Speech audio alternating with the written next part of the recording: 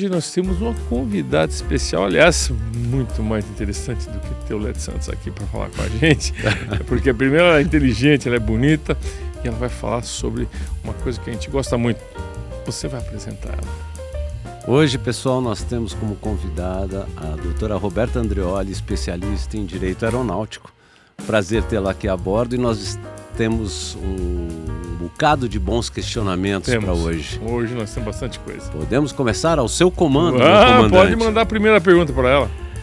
Doutora Roberta, nossa curiosidade, nós temos falado muito a respeito de eVTOLs no programa e a curiosidade do nosso público é muito grande. A gente queria saber em que pé que está a regulamentação dos eVTOLs, legislação dos eVTOLs. O que a senhora puder passar para a gente será bem interessante. Somos todos ouvidos.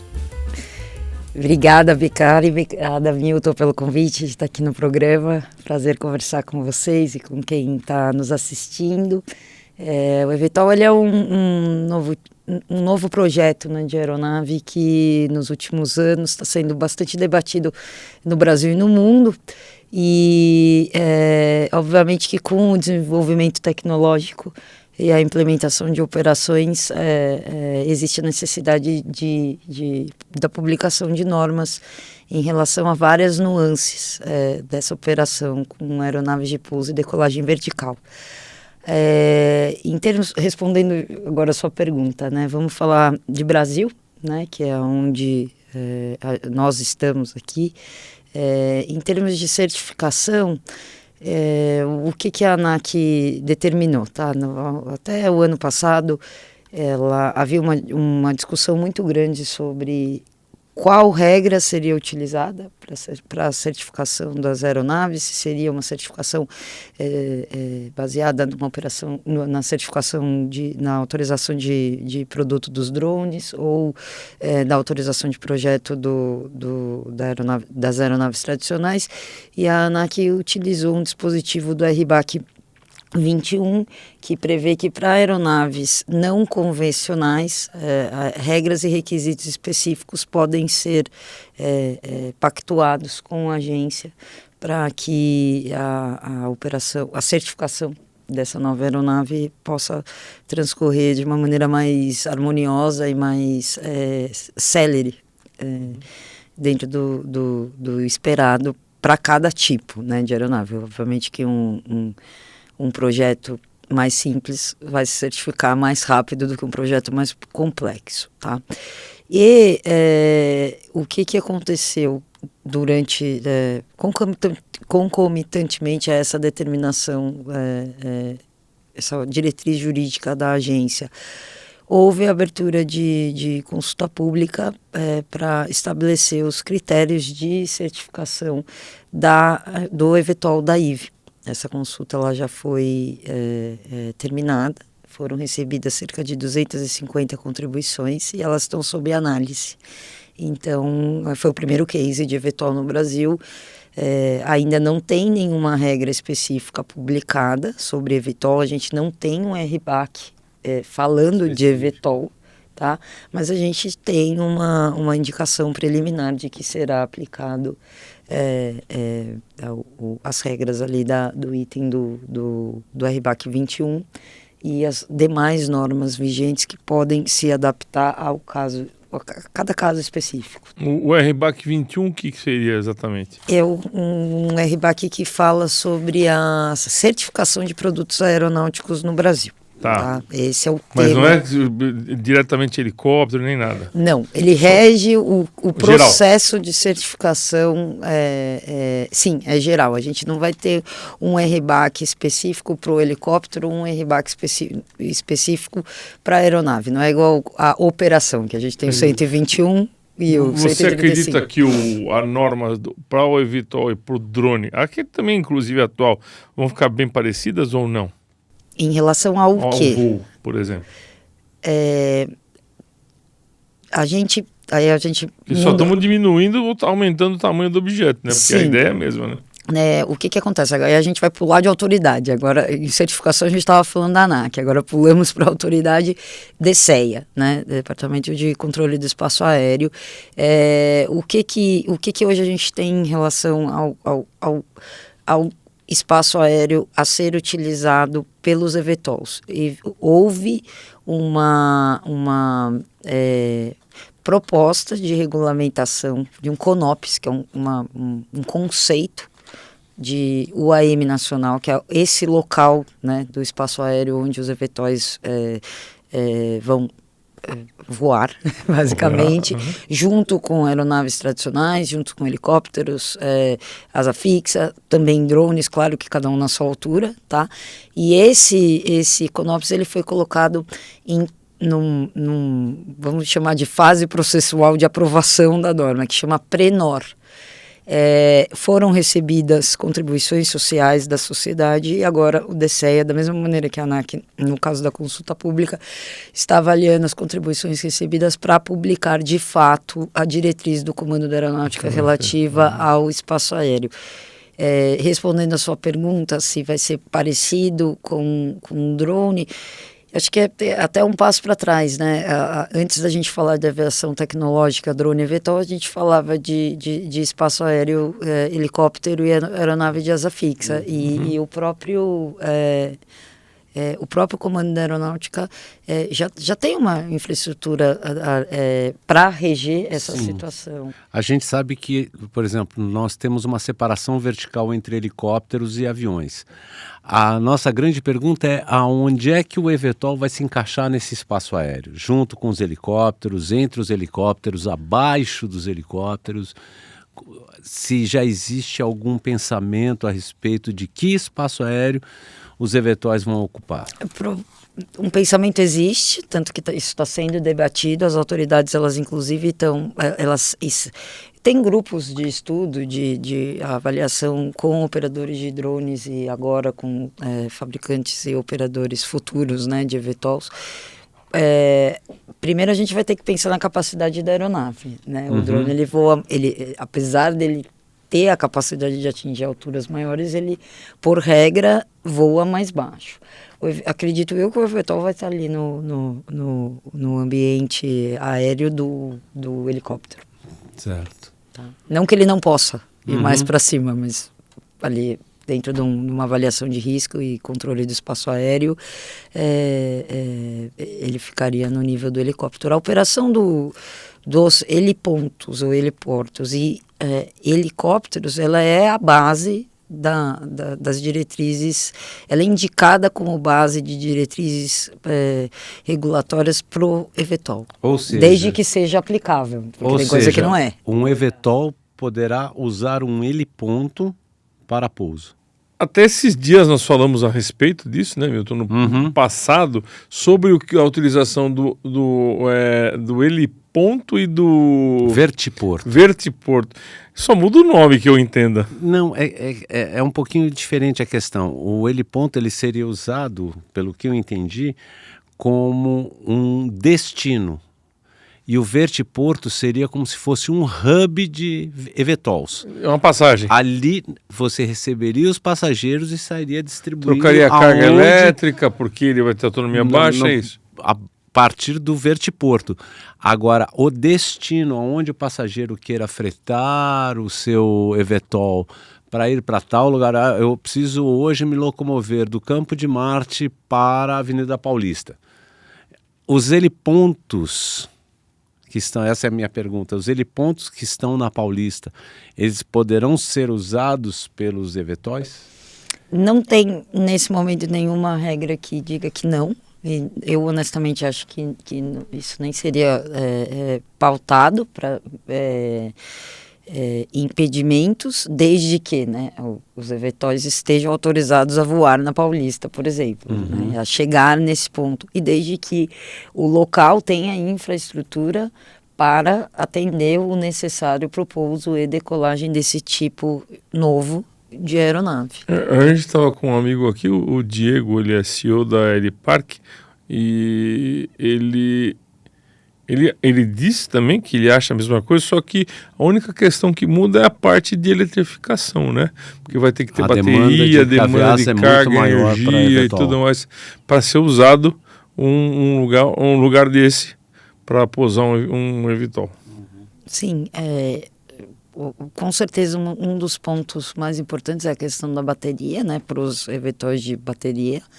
E na verdade o que eu vejo muito de novo, isso não é um ponto jurídico, mas a gente acompanha ali dentro do dia a dia do mercado, o acesso do passageiro, né? Porque a gente também tem que, nós, né, todos temos que pensar que a gente está falando do eVTOL, mas a capacidade de voo do eVTOL ela é menor do que de um helicóptero. Então, talvez existam infraestruturas, vamos chamar aeródromos de forma geral, em locais que não façam sentido ser utilizados por eVTOLs, por conta de distância, basicamente, ou falta de infraestrutura para recarregar a bateria. Acontece isso com os carros hoje. Sim. Né? Tem Sim. que ter posto de gasolina, Sim. de recarga para poder... Os carros elétricos. Carros Sim, elétricos. senão você não consegue chegar, ou se você chega, você não consegue sair. Você fica preso. E a mesma coisa para o passageiro. E também interesse econômico, né? Porque como são rotas mais curtas, distâncias mais curtas a serem permitidas, também o importante é se definir quais serão os passageiros que vão ser transportados do ponto A ao ponto B, qual o volume de passageiros, aí aquela grande discussão, o eVTOL ele vai levar bagagem, não vai levar? De repente, se a gente faz uma rota de um aeroporto para um shopping center... Sim, como é que faz com a bagagem? Como é que faz? É uma pergunta, né? Eu não tenho essa resposta. Com outro eVTOL atrás. Vem com outro eVTOL, vem de carro, vem de helicóptero. Teoricamente não tem lugar para colocar mala no eVTOL, né? Você já viu? Não conheço, mas são questionamentos que todos nós somos curiosos para saber. As distâncias são menores, ele está entrando na mobilidade de transporte urbano. Eu não acredito que a procura seja grande por passageiros que cheguem num voo internacional com um monte de bagagens para ir a um determinado ponto. Pode ser até que haja essa possibilidade. Mas eu acredito mais na procura de executivos que precisam se locomover dentro da cidade no menor espaço de tempo possível. Hoje, para nós chegarmos aqui, foi um caos. Foi um caos. A cidade está estagnando, né? É muito difícil. As artérias da cidade estão se coagulando e a gente quase já não consegue mais andar em São Paulo. Mas olha a notícia que eu vou ler para vocês agora. Que o São Paulo é a maior frota de aeronaves de helicópteros do mundo agora. Possuindo a maior frota de helicópteros do mundo, a Agência Nacional de Aviação Civil, ANAC, confirma que o país possui mais de 2.000 helicópteros. Quer dizer, o eVTOL é uma coisa que tem que estar aí mesmo, né? Não tem jeito. É o futuro. É o futuro. É o futuro. O trânsito de hoje, por exemplo, é o que salvaria, né? Mas, desculpe, Beca, mas voltando na questão de certificação e homologação, o que a gente já tem adiantado dentro da agência para que em 2026 o IVE possa voar dentro do espaço aéreo brasileiro? A abertura dessa consulta, deixa eu passar o número para vocês, em relação ao eVTOL da IVE, tá? Consulta setorial 10 de 2023, tá? Ela agora... Enfim, a bola está no campo da agência novamente, né? Eles têm que trazer um resultado ali depois da análise das contribuições. Sabemos que outras aeronaves que já estão no Brasil iniciaram o processo de certificação dentro do que está sendo estabelecido pela agência e não há uma publicidade, o que foi dito pela agência. Mas quantas aeronaves tem mais ou menos? Vocês sabem quantos fabricantes tem no Brasil? Não, no Brasil somente a IVE. Não, que entraram no Brasil, perdão. E a Gol, né? Só? A IVE e a Gol que estão... Eu tenho notícias dos dois, IVE e notícias de mercado, tá? IVE e Gol Hobby. A Hang, né, no caso. Hang, a chinesa. Você sabe que eu e o Milton vamos, né, no IVE? Podia falar, Milton? Era segredo de Estado. Virtualmente nós voamos no IVE. Voamos. Foi bem interessante, um voo virtual sobre a cidade. Achei bem interessante. Decolou de um vertiporto. Uma delícia. Decolou de um vertiporto, ele mostra toda a translação do motor de vertical para horizontal.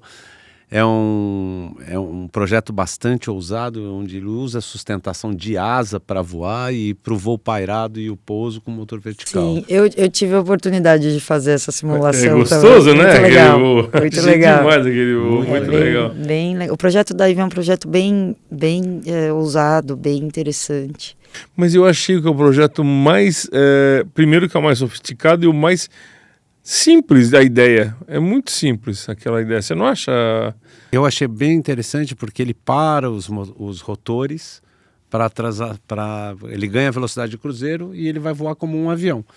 Aí depois ele liga os motores de novo para fazer isso que eu tô falando, achei muito legal aquilo. A ideia é bem bacana. Sim. Mas eu acho bem interessante isso, a que nível chegou, ou a que nível nós estamos chegando, porque se a gente pensar em 2026, a gente considera isso um espaço curtíssimo de tempo. A agência vai ter que trabalhar muito rápido na parte de certificação, homologação, pensar todas as ideias em relação ao DCE, que espaço aéreo vai ocupar, e é um espaço de tempo muito curto, né, doutora Roberta? Sim, é uma previsão, né? O 2026 não existe nenhum documento oficial nesse sentido. Alguns anos atrás, inclusive, era 2024.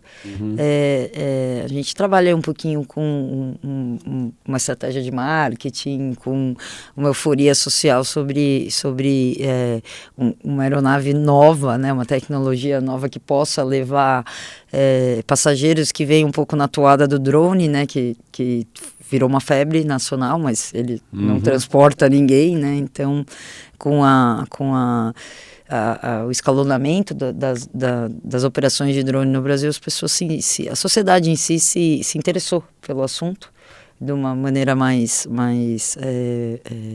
difundida, digamos assim. Então, acho que, assim, 2026, acho que a importância não é cravar uma data, é perceber os desafios e as vantagens desse tipo de operação. Então, não é só a ANAC estabelecer, certificar de fato o equipamento. Isso pode acontecer rápido. Ou será que nós estamos esperando outros países certificarem para a gente ter uma norma em cima dos nossos... Uma referência. Uma referência, como a gente já tem, por exemplo, na própria China, que já está para iniciar os voos com Go Hobby, e a própria UAE, que os Emirados Árabes, que estão prevendo para 2025 já o início dos eVTOLs. Historicamente falando, a ANAC ela se baseia na regulamentação americana. Em vários regulamentos. Sim. Todo mundo, né, que é do mercado sabe. E um pouco do que é aplicado na EASA, principalmente em relação a eVTOL, tá? A relação com a China, a ANAC se aproximou, eles fizeram uma visita que foi amplamente divulgado, mas não fiquei com a impressão, e aí aqui, gente, é opinião, tá? Não estou falando pela agência, obviamente, mas não fiquei com a impressão que algo será usado como base nesse sentido.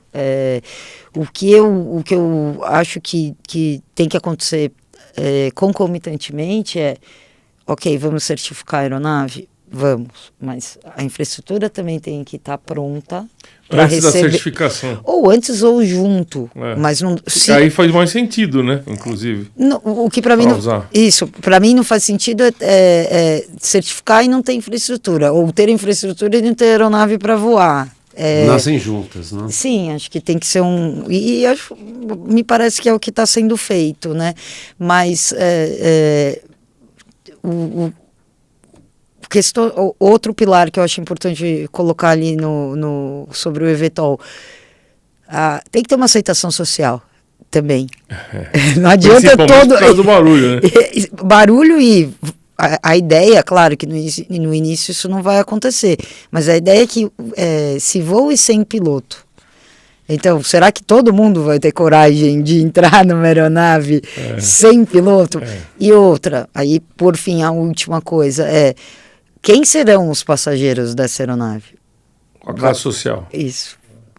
Vai ser possível transformar um eVTOL num Uber? Transporte de massa? Isso, né? é uma são reflexão perguntas válida. que têm que ser feitas. Agora, voar sem piloto é uma parte difícil. Mas tem uma pessoa que está lá num lugar remoto, não sei onde ele está, mas é o que, no meu ponto de vista, por que eu não gosto da ideia de voar sem piloto? Porque o cara não está no momento lá no lugar para poder ver. Será que o cara que está voando lá longe vai ter a visão total do que está acontecendo? Tô fugindo aqui do juridiquês. Eu acredito que será um sistema, e esse sistema será controlado por um humano, mas eu não sei se ele vai... Todo voo vai ter um olho humano decidindo por esse a gente voo. tem algumas diferenças agora para a aceitação do mercado, né? A Go Hobby, ela é remota, ele é full autônomo. O IVE não. O IVE vai ter um cara pilotando. Ele tem um piloto no Sim. começo, e depois a intenção é transformar ele em voo autônomo. Mas no começo, o paradigma ele vai ser quebrado através de um tripulante a bordo com 4 passageiros. Go Hobby não, ele vai pousar na sua casa, ele vai abrir a porta para você, você vai entrar, não vai ter ninguém lá dentro e ele vai te levar até o teu destino que você pré-programou. São questões que a gente vai ter que descobrir com o tempo, né? Mas são questões, inclusive, regulatórias, porque hoje é proibido o voo autônomo. No Brasil? No Brasil. Interessante. A gente tem... Mas é só no Brasil isso ou não? Não só no Brasil, mas... O Brasil rege as normas de quem? Copia as normas de quem? Da Europa ou dos Estados Unidos? De forma geral, na aviação, Estados Unidos. Na grande maioria. Não é tudo igual, tá, Beccari? Tem muita similaridade, mas não é tudo igual. Não é um recorte cola, mas... Mais ou menos, né? Algumas coisas sim. Mas, por exemplo, a regulamentação de drones, não. Estou dando um exemplo rápido aqui, pensando. Quando você diz o drone agrícola, o drone todos os drones. menos o eVTOL. Qual a diferença? Por que um eVTOL e o outro é drone? Eles são tá, iguais, né? Não, aí que tá. O eVTOL ele está sendo caracterizado por transporte de pessoas. O drone não. O drone ele tem uma aplicação agrícola, ele tem uma aplicação de transporte de entrega. A Amazon já pensa nisso, Mercado Livre pensa nisso, mas o eVTOL transporte... já entrega assim, não entrega em alguns lugares do mundo sem ninguém? Alguns lugares sim. No Brasil, inclusive.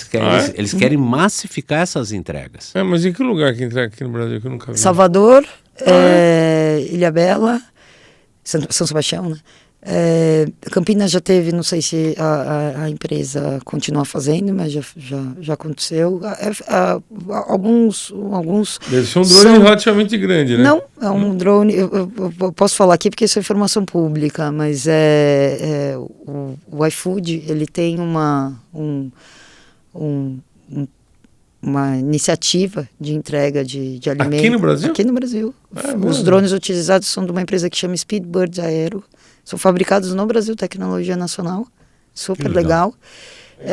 Laboratórios de farmacêuticos utilizam, empresas de telecomunicação, que mais que eu lembro? Eu trabalhei um pouquinho no caso. Já estamos mais para frente do que estávamos pensando. Sim. Eu não sabia, honestamente não sabia. Eu já sabia que havia entregas aqui. Posso contar uma curiosidade do drone? Mudei de assunto aqui. A primeira entrega de mercadorias por drone do Correio Britânico foi feita por essa empresa, pela Speedbird. Eles atuam em Israel, Estados Unidos, enfim, N lugares do mundo, e a tecnologia brasileira. Agora, se um drone desse, que é pequenininho, cai na cabeça de alguém, como é que fica?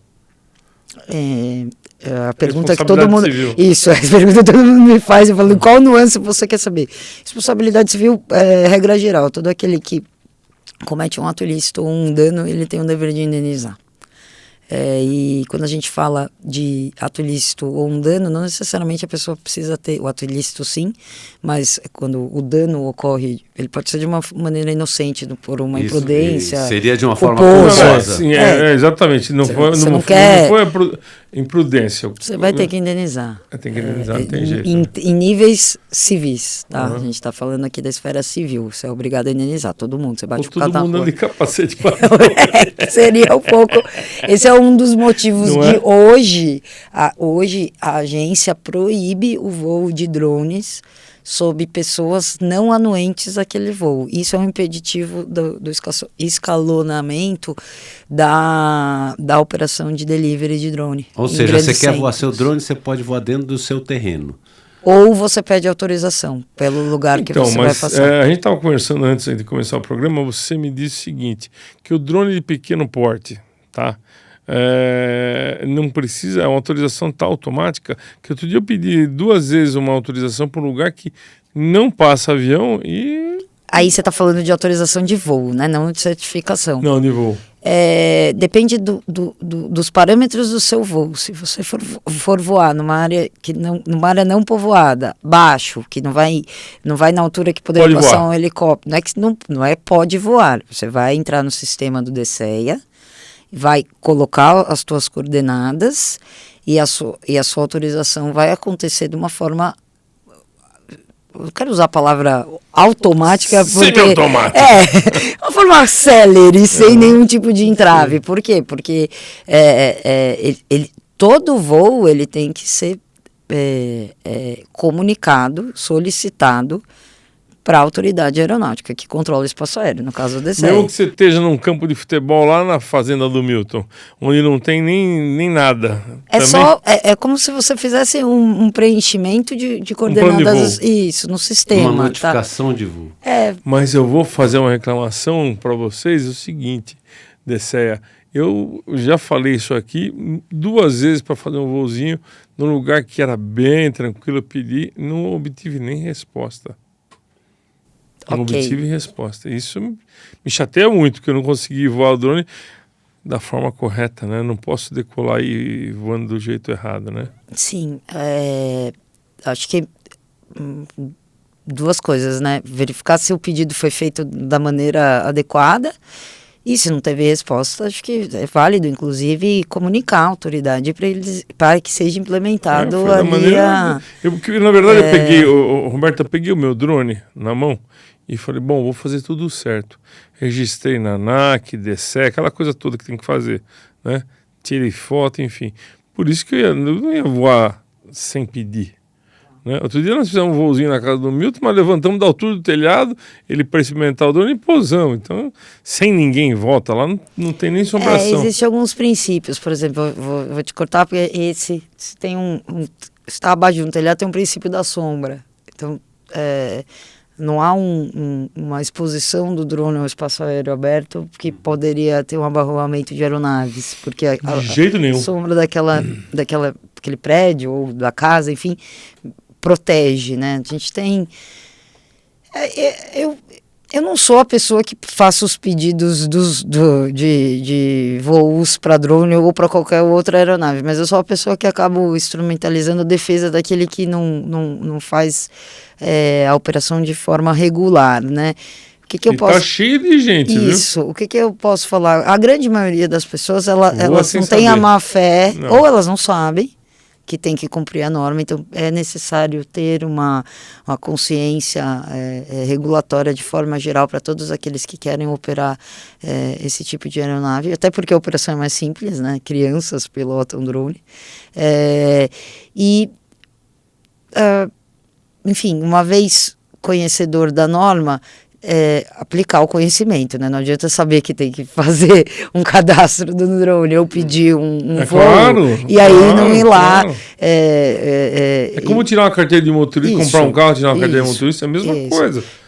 Eu apliquei a regra do jeito que eu fui ler a respeito e fiz direitinho, não fiz nada de impeditivo, mas por 2 vezes não consegui. Não conseguiu. Acho que é válido avisar o DCEA no saque, enfim, alguma coisa Eu mandei uma cartinha para ele. Doutora Roberta. Ela disse que não precisa chamar de doutora, ela cortou e eu falei assim, não precisa chamar de doutora Roberta. Tô brincando com você para descontrair. Uma coisa que me deixa meio com a pulga atrás da orelha é balão, né? Balão não tem comando, ninguém consegue dirigir, e já houve relatos de aviões passando pela África e ver balão brasileiro voando, balão junino, balão gigante. Você já deve ter visto em vários lugares. Já encontrei com balão a 33, 35, 36 mil pés. E se pegar um avião, um balão desse aí, é um abraço. É um abraço. É muito crítico. É crítico. Tem balão que vai um botijão de gás embaixo, imagina. É grande, né? Eu sei que a gente está saindo um pouquinho do eVTOL, coisa e tal, de drone. Mas como é que combate isso? Quais são as regras, quais são as normas, quais são as leis para combater esse tipo de coisa? A pergunta é do balão, mas a pergunta pode também se aplicar para qualquer tipo de aeronave que está voando de forma irregular, tá? A gente tem, primeiro de tudo, regras. Você falou do balão podendo bater numa aeronave ou causar um incêndio, vamos pensar dessa maneira. Mas a gente pode ter uma invasão de propriedade, uma invasão de privacidade, tirar uma foto de alguém que não quer. Bom, Constituição Federal, nossa maior norma, garante que alguns direitos serão resguardados acima de tudo. Um deles é a privacidade. Tá? Então, você já poderia ser enquadrado. A pessoa que faz esse tipo de voo já pode ser enquadrada em descumprimento dessa norma. Código Penal e Lei de Contravenções Penais, aí no âmbito criminal, de contravencional. Mas aí quando sofre um acidente ou não precisa ter exatamente Não acidente? precisa ter acidente. Só o fato de você expor uma aeronave ou uma embarcação ou pessoas a risco já é um crime. Não precisa acontecer o problema. E é um crime, inclusive, punido com o recolhimento, a prisão do... É mesmo? Sim. Sem direito à fiança? Não, aí tem.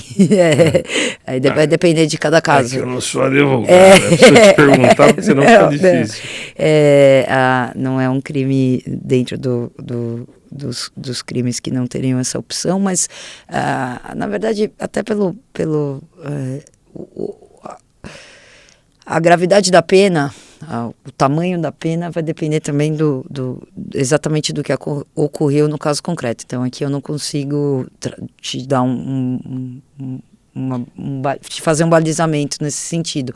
Mas, enfim, ele comete um crime ou uma contravenção penal e, num nível mais leve, se esse voo desse balão causar um prejuízo, o próprio Código Civil determina que aquele que comete um ato ilícito ou causa um prejuízo a alguém, e aí independe se teve a intenção ou não, tem o dever de indenizar o dano material e o dano moral, inclusive. Então, a vítima, né, digamos assim, o prejudicado não precisa ter só um problema financeiro. O difícil nessa atividade é como culpar se a gente não conhece quem.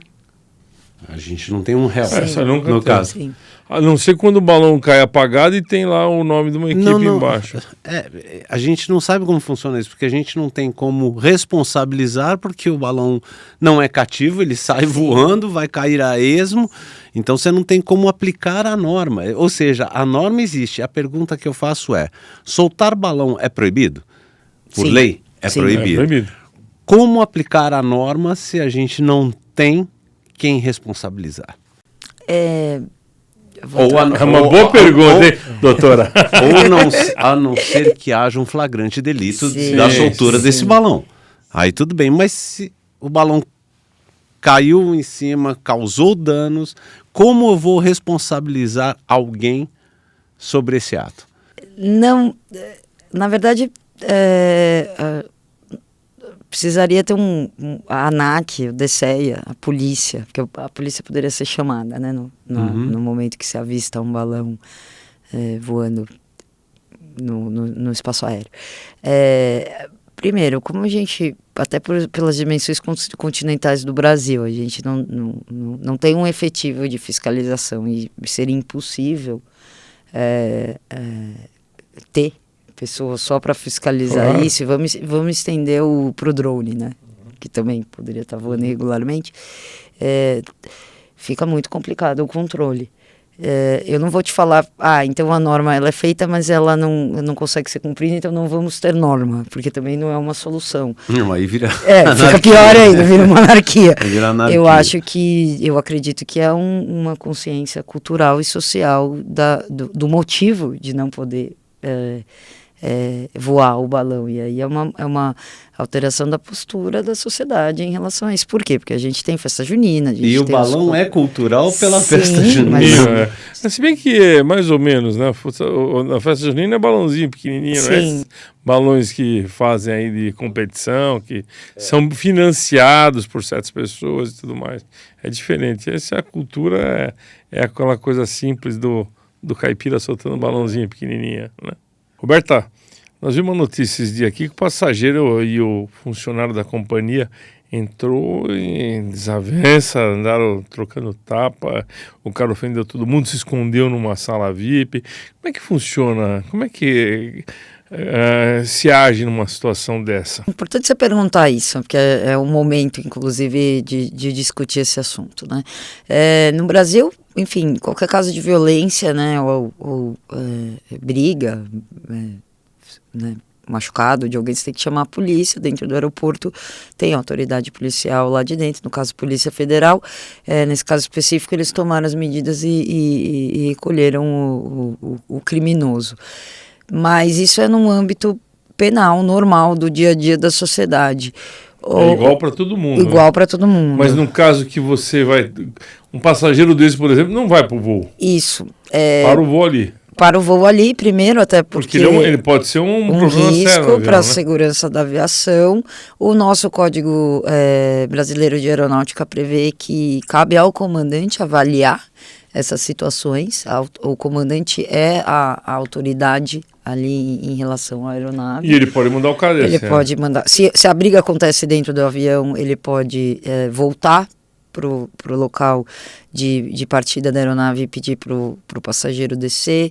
Ele pode, inclusive, até tomar medidas mais graves dentro da aeronave de isolar o passageiro, imobilizar o passageiro. Claro que dentro do limite do bom senso, né? Você não pode machucar uma pessoa, né?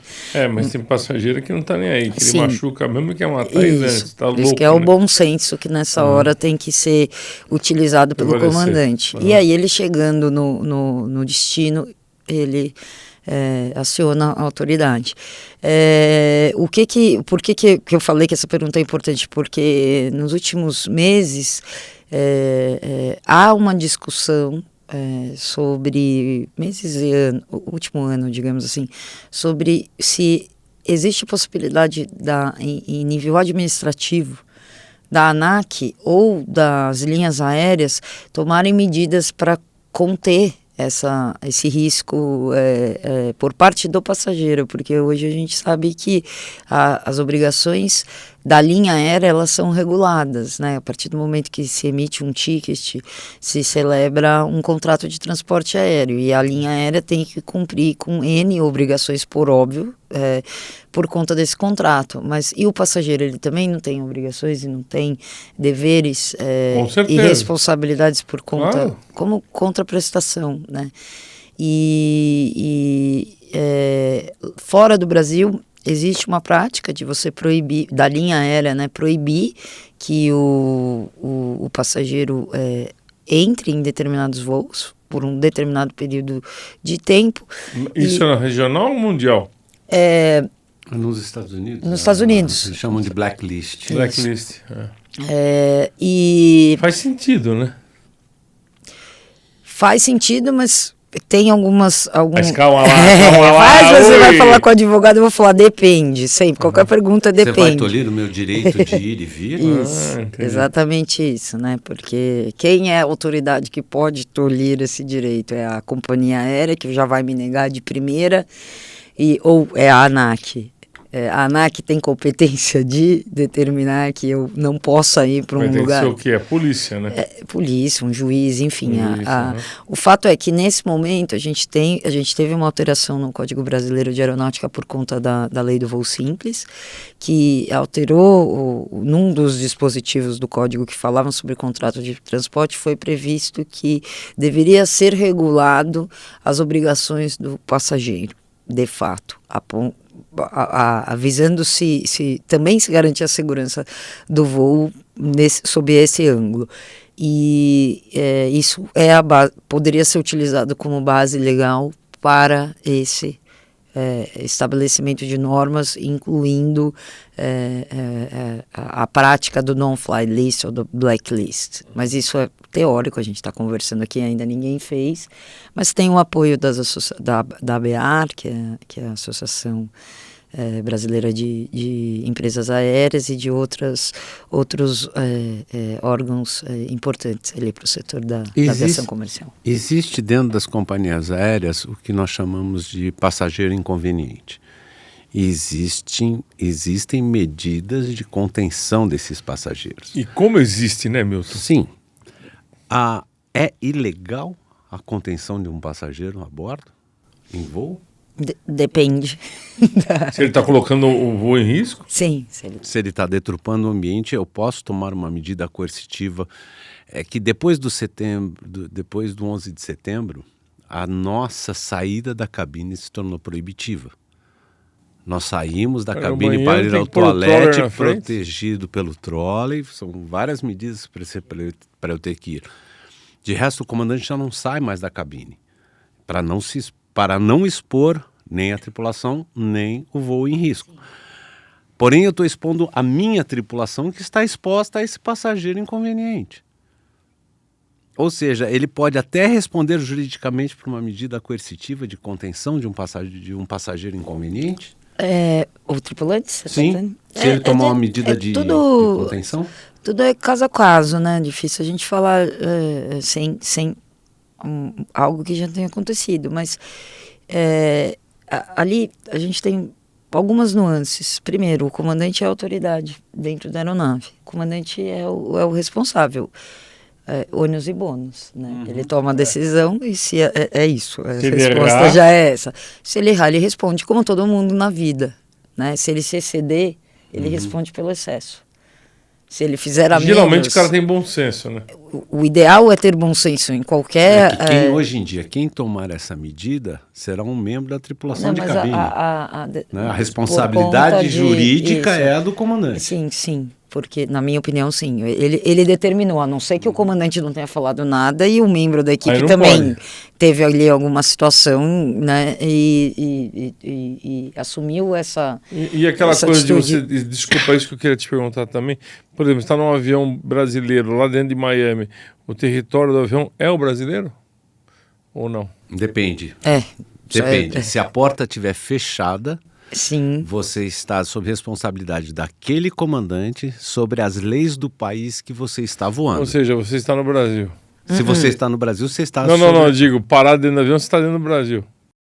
A lei é a lei dos Estados Unidos, mas quem comanda é o comandante. O comandante. Por exemplo, se você pedir um asilo político dentro de um avião e a porta estiver fechada, quem vai decidir a abertura da porta para a extradição desse passageiro ou não é o comandante. Entendi.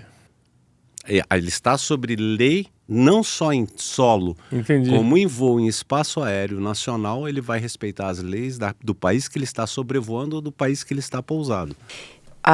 Voltando um pouquinho do que vocês falaram da situação de violência, né? Que um passageiro deve ser contínuo dentro do voo. Pontuada a situação da competência do comandante, a gente também tem o fato de uma legítima defesa de terceiro, que qualquer pessoa pode fazer. Então, se esse passageiro estiver expondo a vida ou a saúde de um terceiro, qualquer pessoa pode contê-lo. Então, o tripulante, por exemplo, poderia usar esse argumento na sua defesa ou justificar sobre isso. Tanto que existem narrativas no 11 de setembro que passageiros reagiram à tentativa de tomada dos aviões pelos terroristas, né? São dificuldades que a profissão nos causa no dia a dia. Roberta, com relação aos aviões que estão lá no Rio Grande do Sul, estacionados debaixo d'água, quanto tempo ficou? Como é que vai fazer para transportar? Existe alguma autorização especial? Existe sim. Legal que você perguntou, até para caso alguém esteja assistindo a gente precise de essa orientação informação, né? dessa O cara ter específica. o avião lá e tudo mais é importante. Algumas pessoas me perguntaram isso no decorrer da semana. No dia 8 de junho foi a primeira leva de aeronaves que foram retiradas a título de transporte técnico do aeroporto, num trabalho colaborativo entre operadores, agência, ANAC, DCEA e concessionária aeroportuária. Eu tive a possibilidade de assessorar uma dessas empresas. Então foi estabelecido o procedimento para a retirada dessas aeronaves. Um dos documentos que devem ser apresentados à agência é a autorização, o pedido de autorização especial de voo dentro dos padrões normais, regulatórios, e com a apresentação de uma avaliação e análise de risco pelo operador após verificação da pista e inspeção da aeronave. Obviamente, a inspeção. Mas aí tem que ter um técnico para fazer isso. Tem que ter um mecânico, ele tem que assinar alguma coisa. Na verdade, sim. A gente não está entrando no detalhe da inspeção, até porque é uma situação de calamidade, é uma situação atípica, mas é importante que o operador assuma o risco da operação. Claro. E, obviamente, aeronaves que estão fazendo voo, elas devem e têm que estar em condições de aeronavegabilidade. Claro. Algumas medidas podem ser tomadas para aumentar essa segurança. Vou dar um exemplo: o voo com o trem de pouso baixado ou baixo? Trem baixado. Baixado travado.